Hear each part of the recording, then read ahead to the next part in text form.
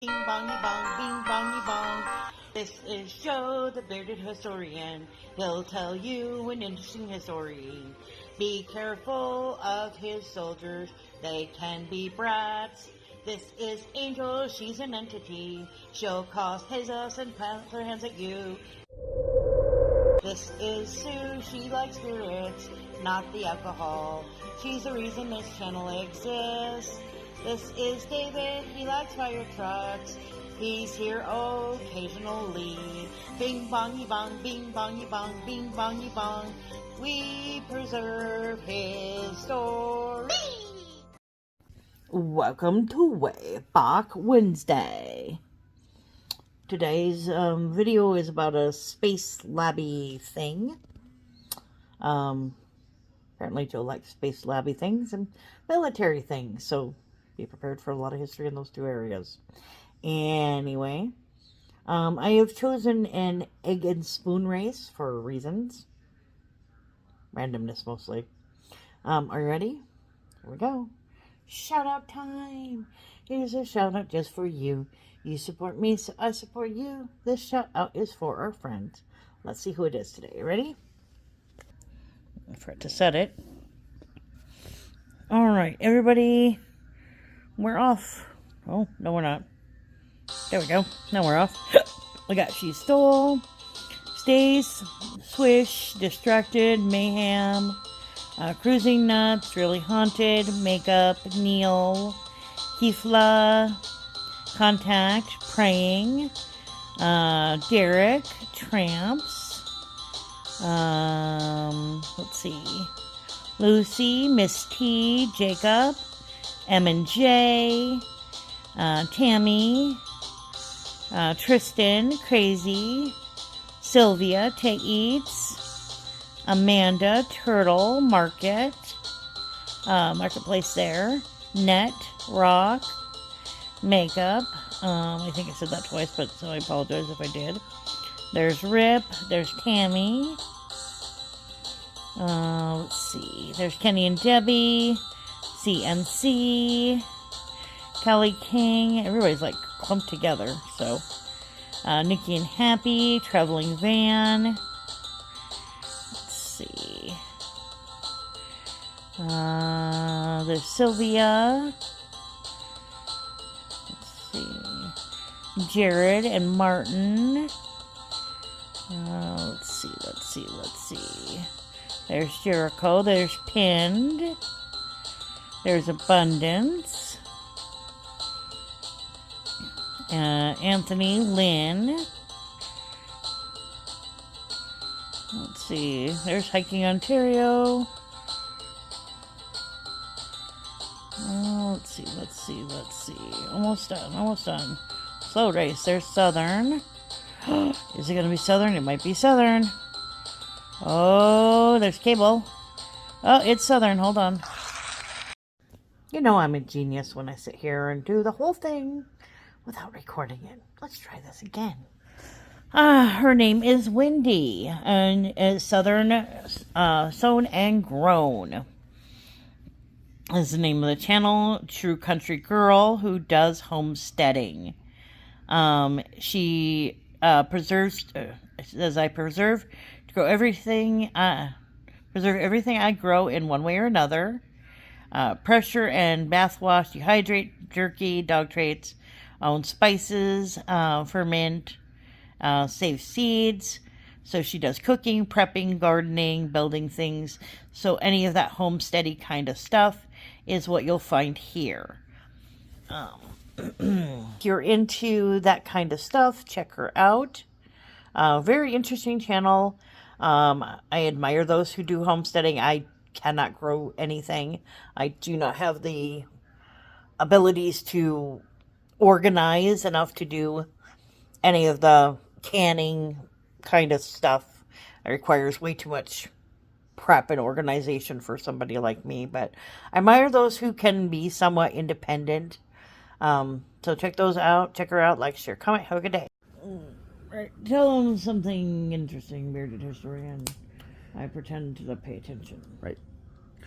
Well, the primary thing that we're looking at today mentioning Skylab, one of the Americans' first original space stations we put up in orbit. And, it would launch out in 1973. It would stay up for a number of years until it did a, minorly uncontrolled re-entry in 1979 on July the 11th. Now, basically to give you an idea of what the original idea that they had for this project, you went back to the grandfather of modern rocketry, Wernher von Braun, a science fiction writer, Arthur C. Clarke, and several other early advocates for crewed space travel, wanted to take and get a space station they felt would be an important early step in space exploration. Von Braun participated in the publishing of a series of articles in Collier's from 1952 to 1954 titled "Man Will Conquer Space Soon." Nah. He envisioned a large circular station. We've all seen the images of these big round space stations, 250 feet in diameter, that would rotate to generate artificial gravity and require a fleet of space shuttles for construction and orbit. The 80 men aboard the station would include astronomers operating a telescope, meteorologists to forecast the weather, and soldiers to conduct surveillance. Von Braun expected that future expeditions to the Moon and Mars would leave from this station. Well, several developments along the way basically discovered that it wouldn't exactly be a need, the invention of the transistor, solar cell, and telemetry. In the 50s and early 60s, uncrewed satellites could do things like photograph weather patterns or enemy nuclear weapons and send them back down to Earth. A large station would no longer be needed for these purposes. Well, the United States also had the Apollo program, which was sending men to the Moon, chose a mission mode that would not need an in-orbit assembly, and a smaller station that a single rocket could launch retained value, however, for scientific purposes. Well, in 1959, von Braun, head of the Development Operations Division of the Army Ballistic Missile Agency, submitted a final Project Horizon plan to the U.S. Army. The overall goal of Horizon was to place men on the Moon, a mission that would soon be taken over by the rapidly forming NASA. Although concentrating on Moon missions, von Braun also detailed an orbiting laboratory built out of a Horizon upper stage, an idea used for Skylab. A number of NASA centers studied various space station designs in the early 1960s. Studies generally looked at platforms launched by the Saturn V, followed up by crews launched from the Saturn 1B using an Apollo command and service module, or a Gemini capsule on a Titan 2C, the latter being much less expensive in the case where cargo was not needed. Proposals ranged from an Apollo-based station with 2 to 3 men, or a small canister for 4 men, with the Gemini capsules resupplying it to a large rotating station with 24 men and operating over a lifetime of about 5 years. The proposal to study the use of a Saturn S-4B as a cruised space laboratory was documented in 1962 by the Douglas Aircraft Company.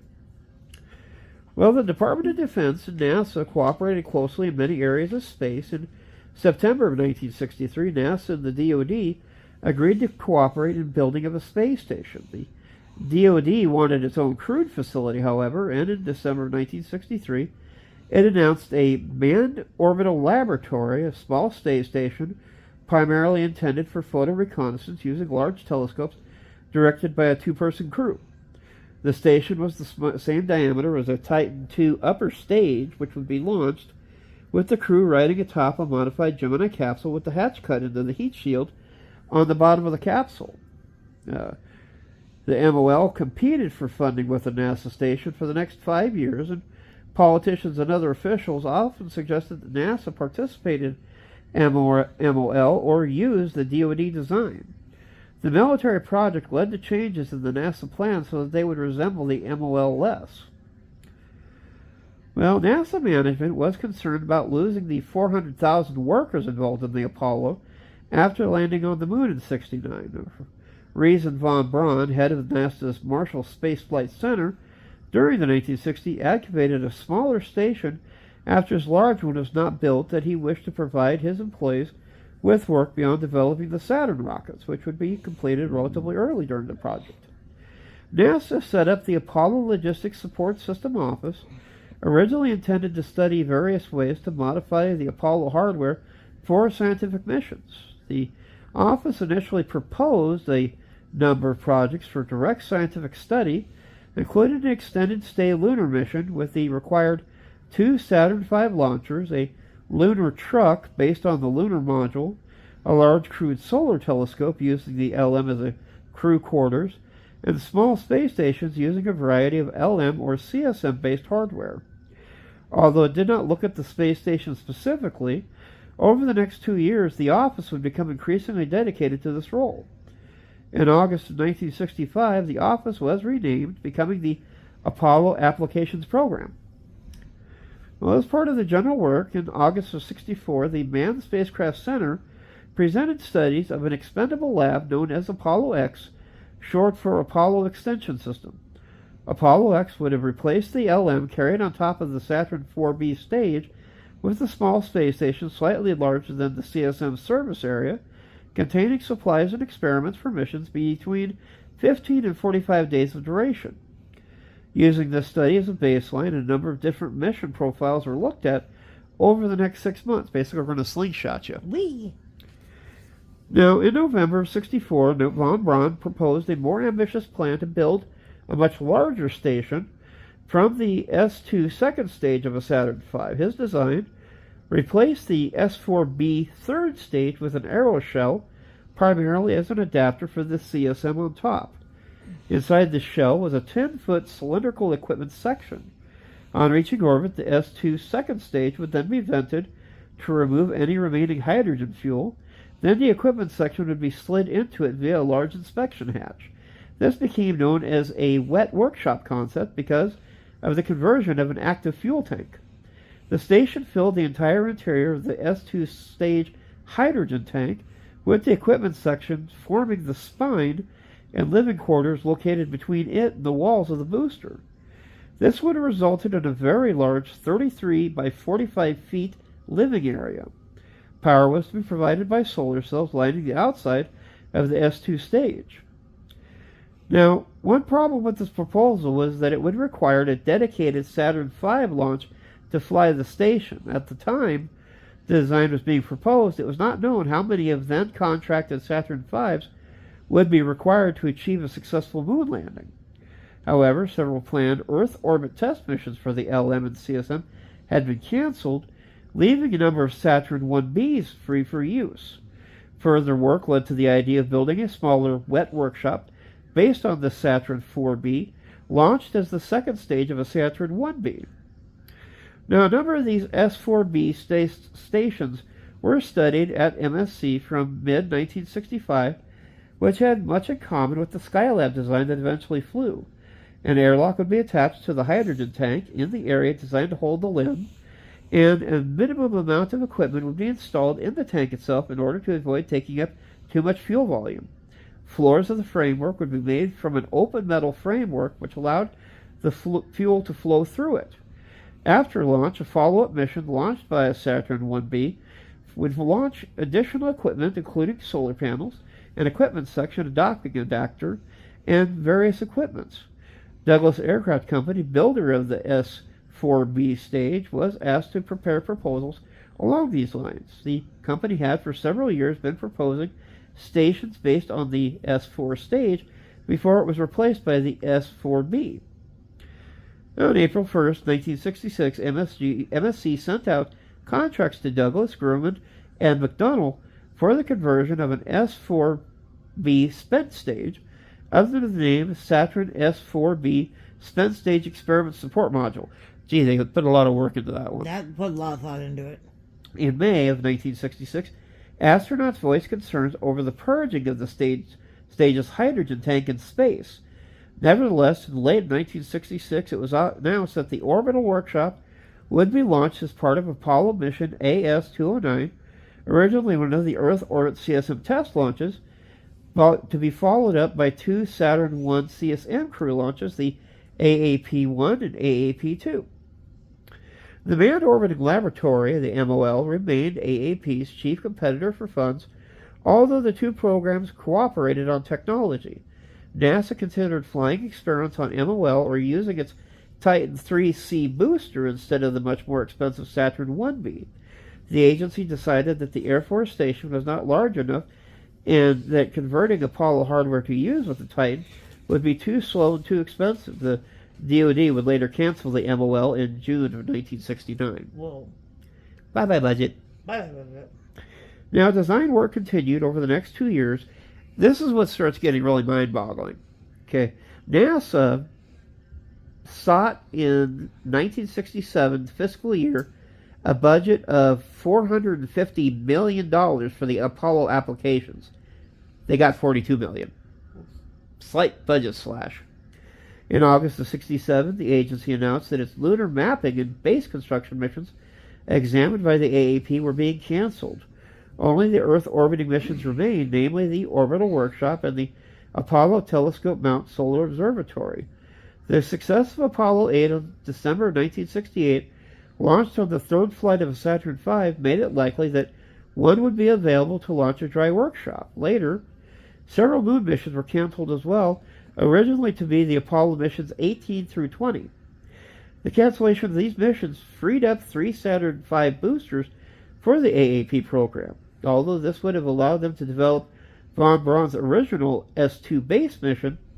By this time, so much work had been done on the S4 base design that work continued on this baseline. With the extra power available, the wet workshop would be no longer needed. The S1C and the S2 lower stages could launch a dry workshop, with the interior already prepared directly into orbit. Now, a dry workshop simplified plans for the interior of the station. Industrial design firm Raymond Lowry and William Smith recommended emphasizing habitability and comfort for the astronauts by providing a wardroom for meals and relaxation and windows to view the Earth and space, although astronauts were dubious about the designer's focus on details such as color schemes. Why? Habitability had not been previously an area of concern when building spacecraft due to their small size and brief mission durations, but the Skylab missions would last for months. NASA sent a scientist on Jacques Piccard's Ben Franklin submarine in the Gulf Stream in July and August of 1969 to learn how 6 people would live in an enclosed space for 6 weeks. Woo. Now, astronauts were uninterested in watching movies on a proposed entertainment center What? or in playing games, but they did want books and individual music choices. Food was also important. Early Apollo crews complained about the quality, and a NASA volunteer found it intolerable to live on an Apollo food for 4 days on Earth, let alone in space. Its taste and composition was unblended in the forms of cubes and squeeze tubes. Skylab food significantly improved over the predecessors by prioritizing palatability over scientific needs. For sleeping in space, each astronaut had a private area the size of a small walk-in closet with a curtain, sleeping bag, and a locker. Designs were added for a shower and a toilet for comfort and to obtain precise urine and feces samples for examination on Earth. Let me see the poo! Yeah. Wonderful. Yay! This waste samples were so important that they would have been priorities in any rescue mission.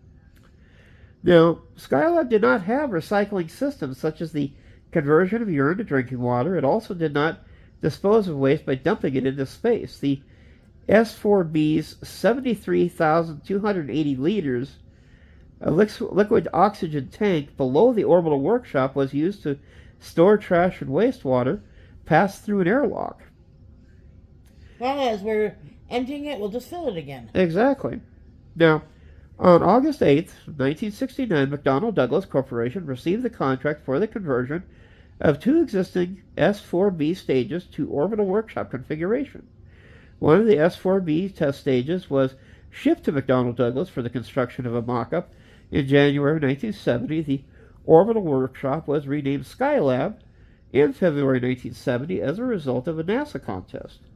The actual stage that flew was the upper stage of the AS-212 rocket, the S4B stage, S4B-212. The mission computer used aboard Skylab was an IBM System 4 Pi TC-1. a relative of the AP-101 space shuttle computers. The Saturn V, with the serial number SA-513, originally produced for the Apollo program before the cancellation of Apollos 18, 19, and 20, was repurposed and redesigned to launch Skylab. The Saturn's third stage was removed and replaced with Skylab, but the controlling instrument unit remained in its standard position. Well, Skylab was launched on May 14, 1973 by the modified Saturn V rocket. The launch was sometimes referred to as Skylab 1.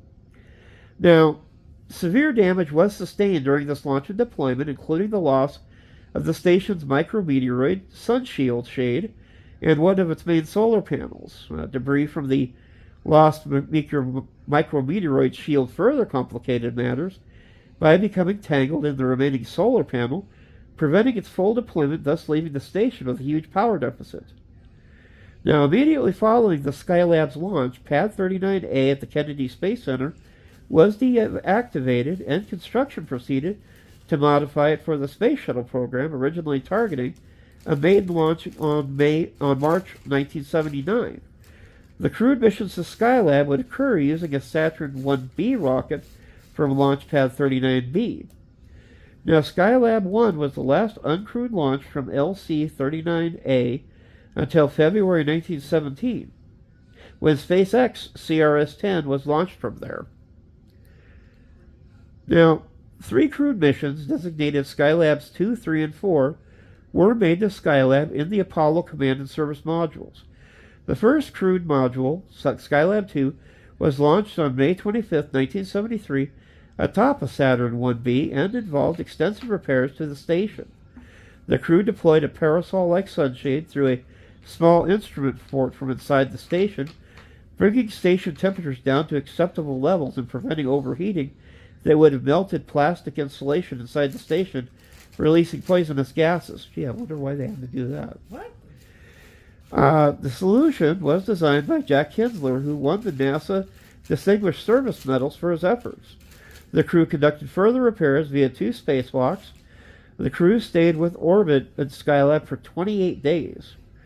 2 additional missions followed, with the launch dates of July 28, 1973 and November 16, 1973, and mission durations of 59 and 84 days respectively.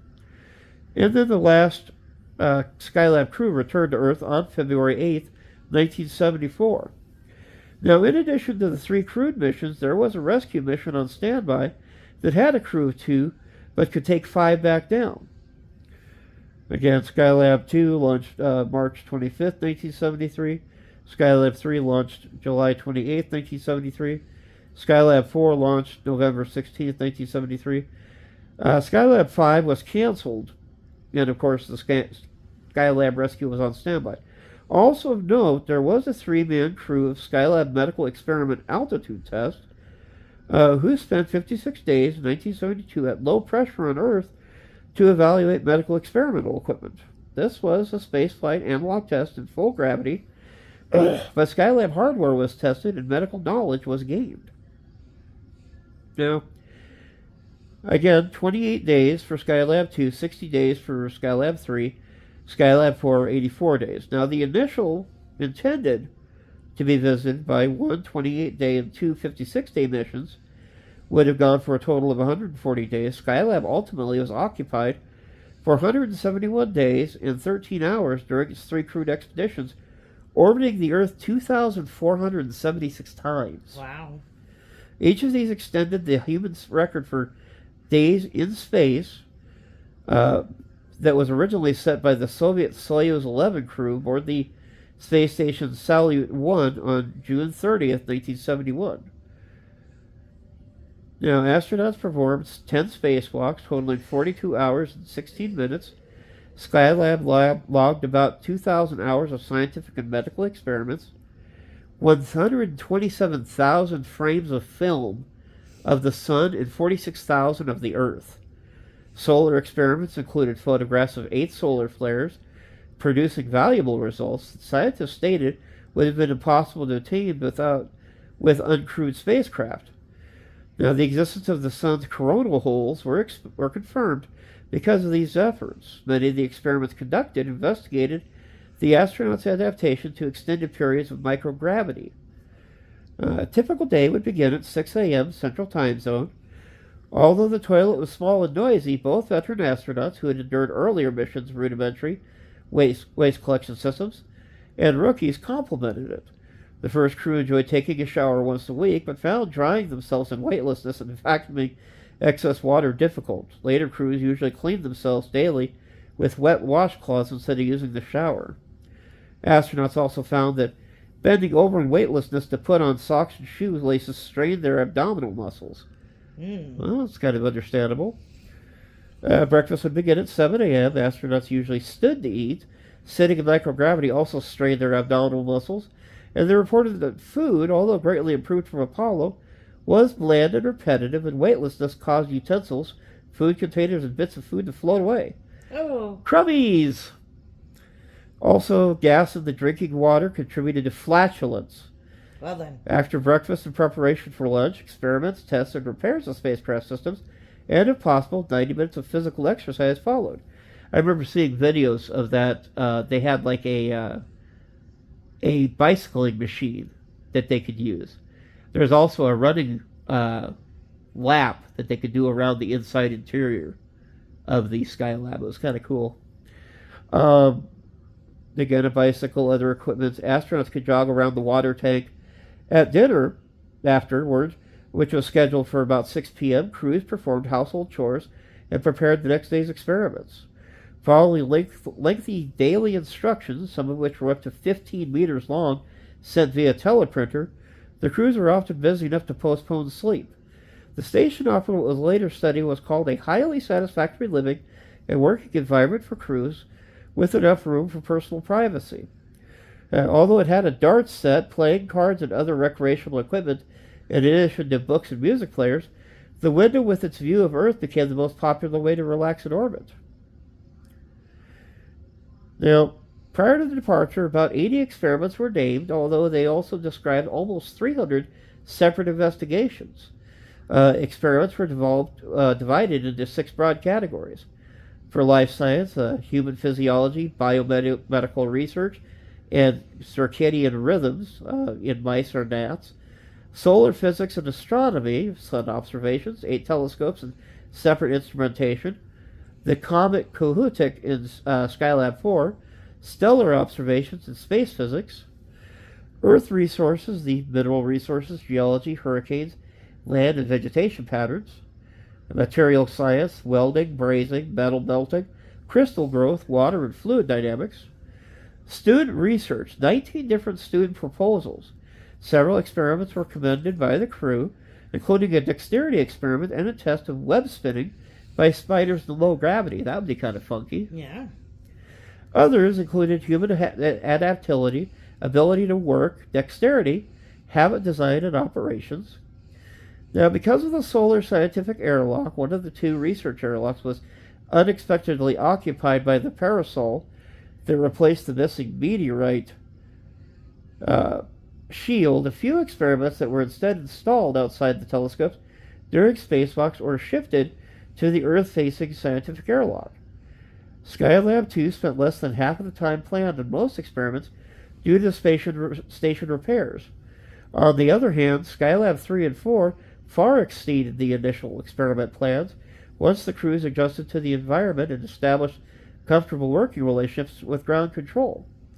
The figure below lists the overview of the most major experiments. Skylab 4 carried out several more experiments, such as to observe comet Kohoutek. Riccardo Giannacci shared the 2002 Nobel Prize for Physics with the study of X-ray astronomy, including the study of emissions from the sun on board Skylab, contributing to the birth of X-ray astronomy. Overview of some of the other major experiments. All sorts of goodies here for technology, radiation and spacecraft, thermal control coatings, zero-G flammability, materials processing facility, metals melting, exothermic brazing, sphere forming, gallium arsenide crystal growth, multi-purpose furnace system, vapor growth of the 2 to 4 compounds, immiscible alloy compositions, radioactive tracer diffusion. I got a lot of fun science out here. L-band radiometer, microwave radiometer and scatometer and altimeter, multispectral scanner, Earth terrain cameras, and then of course student experiments, atmospheric absorption of heat, volcano study, vibration clouds, objects within Mercury's orbit, UV from quasars, X-ray stellar classes, X-rays from Jupiter, UV from pulsars, bacteria and spores, in vitro immunology, motor sensory performance, web formation, plant growth, plant protoplasm, cycloplasmic streaming, capillary study, liquid motion and zero-G. Lots of fun topics. Now, yes, Skylab had certain features to protect vulnerable technology from radiation. The window that was vulnerable to darkening, and darkening could affect experiments S190. As a result, a light shield that could be open or shut was designed and installed on Skylab. To protect a wide variety of films, using a variety of experiments, and for astronaut photography, there were 5 film vaults. There were 4 smaller film vaults in the multiple docking adapter, mainly because the structure could not carry enough weight for a single larger film vault. The orbital workshop could handle a small shielding. A later example of this radiation vault is the Juno radiation vault for the Jupiter orbiter that was launched in 2011, which was designed to protect much of the uncrewed spacecraft's electronics using 1 centimeter thick walls of titanium. The large vault in the orbital workshop had an empty mass of 2,398 pounds. The 4 smaller vaults had a combined mass of 1,545 pounds. The primary construction material was all 5 safes was aluminum. When Skylab re-entered, there was one 180-pound chunk of aluminum found that was thought to be the door from one of the film vaults. The large film vault was one of the heaviest single pieces of Skylab to re-enter Earth's atmosphere. Now, the Skylab film vault was used for storing film from various sources, including the Apollo telescope mount solar instruments. 6 ATM experiments used film to record data, and over the course of missions, over 150,000 successful exposures were recorded. The film canister had to be manually retrieved by crewed spacewalks to the instruments during the missions. The film canisters were returned to Earth aboard the Apollo capsules when each mission ended, and they were among the heaviest items that had to be returned at the end of each mission. Heaviest canisters weighed 40 kilograms and could hold up to 16,000 frames of film. Cool. Hey, you want to cover these for me, please? I need you to print these out. Gyroscopes. There were 2 types of gyroscopes on Skylab: the control movement gyroscopes, which could physically move the station, and rate gyroscopes, which measured the rate of rotation to find its orientation. The CMG helped provide the fine pointing needed for the Apollo telescope mount and to resist various forces that could change the station's orientation. Now, some of the forces acting against Skylab that the pointing system needed to resist: a gravity gradient, aerodynamic disturbances, and internal movements of the crew. The Skylab A altitude and pointing control system had been developed to meet the high accuracy requirements established by the desired experiment conditions. Conditions must be maintained by the control system under the influence of external and internal disturbances and torques, such as gravity gradient and aerodynamic disturbances in onboard astronaut motion. Now, Skylab was the first large spacecraft to use big gyroscopes capable of controlling altitude. The control could also be used to help point the instruments. Gyroscopes took about 10 hours to get spun up if they were turned off. There was also a thruster system to control Skylab's altitude. There were 9 rate gyroscope sensors, 3 for each axis. These were sensors that fed the output to the Skylab digital computer. 2 of the 3 were active and their input was averaged, while the third was a backup. From NASA SP400 Skylab, our first space station, each Skylab control movement gyroscope consisted of a motor-driven rotor, electronics assembly, and power inverter assembly. The 21-inch diameter rotor weighed 155 pounds and rotated at approximately 8,950 revolutions per minute. That's spinning. You spin me. Oh, yeah. Baby. Now, in 1971, before Skylab was launched, NASA studied the potential of adding another mission to the three already planned. Called Skylab Revisit, two options were examined. The first was an open-ended mission that would launch within 30 days after Skylab 4, aiming to last 56 days. The second would visit the station a year after the last crew had left to determine the health and habitability of the station after 2 years in space. Neither option was rated highly. The first option's chance of mission success was considered uncertain at best, while the second was even worse given the expected dearth of food, water, and oxygen supplies, and the degraded condition of Skylab's system after 2 years in orbit.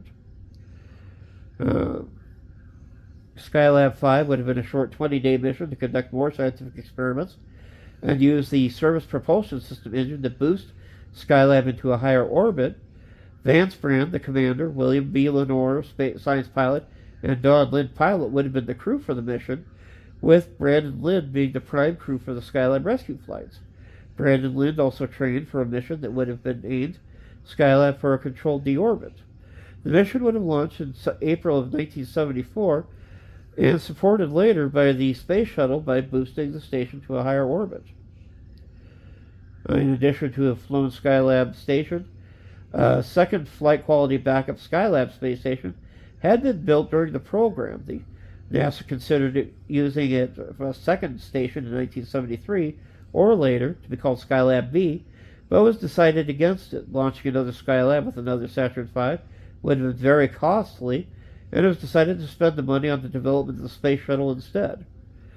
They transferred Skylab B to the National Air and Space Museum in 1975 and is on display at the Museum Space Hall since 1976. But the main thing that wound up happening is the Skylab eventually, after X number of years of circulating around the Earth, would meet its final demise. They managed to get a little angle on it to try to make sure that it wasn't going to crash into anything major living, like India. What? With worldwide media attention, its decaying orbit couldn't be stopped. Skylab's atmospheric reentry began on July 11, 1979, and NASA ground controllers tried to adjust the orbit by minimizing the risk of debris landing in populated areas. It wound up actually showering debris in Western Australia, and recovered pieces indicated that the station had actually disintegrated lower than expected. And with that, the Skylab program would draw to a close.